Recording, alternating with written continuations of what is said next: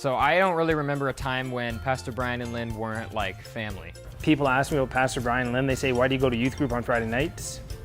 And I say, they're awesome people. I have awesome youth pastors. It's pretty great to go and be with the youth and to be with the pastors. You guys were always there for me, always made me find new friends and always lead me to the right people. When we were driving home from Overflow and we were at a red light and we wanted to do that Chinese fire drill thing, but instead we made it better and we ran past Liz's car and to Jared's truck and we said hi and then we ran back.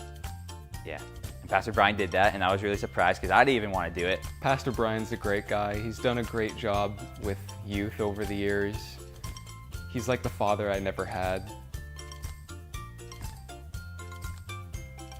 We went to Overflow. I spent the whole car ride with him, Noah J. Allen, and yeah, we got to talk a lot and listen to a lot of Pastor Brian's great tunes, yeah, that he actually made himself.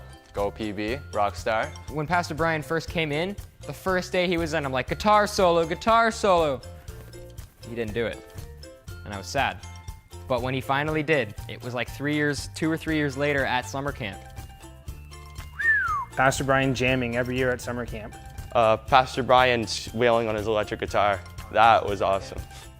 Yeah, I thought that was really funny because I didn't really expect that to happen at summer camp. I think it was on the last night of summer camp this past year when Pastor Brian got up there and he started playing guitar and just had his whole guitar solo there.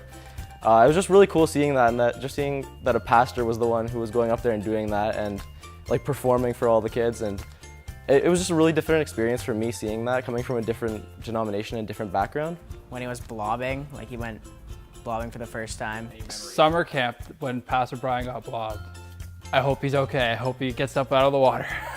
He gets blobbed and he's in his 60s. His motorcycle, the, what do they call it? The green pickle or the flying pickle, one of the two, something like that. I found out that his motorcycle was named the Flying Pickle. Pastor Brian trying snowboarding. He was so cute. You have your classic snowboarding at winter camp, that was a good one. When we were at Overflow, Pastor Brian was talking about how he hadn't had a Twinkie in a really long time, and then he ate 8 of them, and we were all just watching in amazement because he had so many Twinkies. Pastor Lynn, I always loved how happy she was. Pastor Lynn, you're an angel. The patience and just the genuine love you have for people is definitely something I love to exemplify. We don't even know how much work that she puts into the youth to keep it great. I think they did the job they needed to do and more. I'm going to be going to my 4th summer camp, and every single time it just gets better and better and better. Just everything that they do, not a lot of people get to see everything that goes into being a youth pastor and scheduling all these camps and stuff, and I got to see that firsthand and got to plan that stuff with them. And so just the whole experience of being at WCF, and with all the energy that was always there, it was slightly different than what I was used to. But it was always a good thing, Seeing Pastor Brian and Lynn up there every week, and just the energy that they brought to the youth, and the fact that us as the youth, we were able to feed off of that energy. What they showed me was more of a God that believed in me personally. Summer camp 3 years ago, and we had an amazing night of worship where everybody's on their knees and everyone's praying. The first person who saw me was Pastor Brian. He said, "May the Lord bless you," and that it felt like Jesus was saying to me, "I'm going to bless you and I'm going to keep you." Every youth night I come to scan, I always see him walking down the hallway with papers, and he's always smiling, always talking to kids. I'm just gonna greatly miss you both.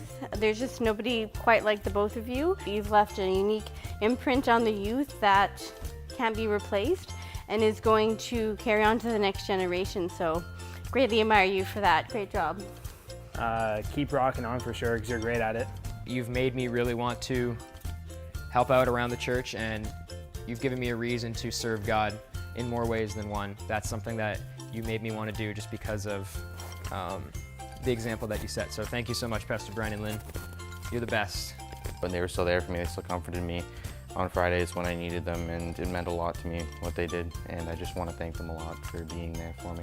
Pastor Brian and Lynn, I am so thankful that you guys were able to be our youth pastor for the past 4 years. That's my entire high school experience, and I think that's a pretty cool thing. I don't know. I just want to say thank you for getting me through high school with you being our youth pastor and for all you've done for our youth.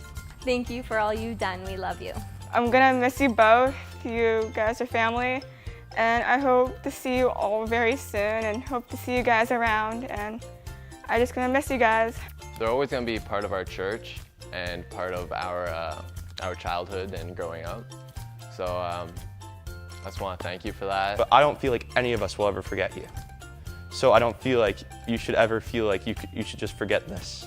I just want to thank Pastor Brian and Pastor Lynn for all the great memories that they've brought to WCF and the energy that they always showed. This is it. Enjoy. R.I.P. Pastor Brian. Retire in peace.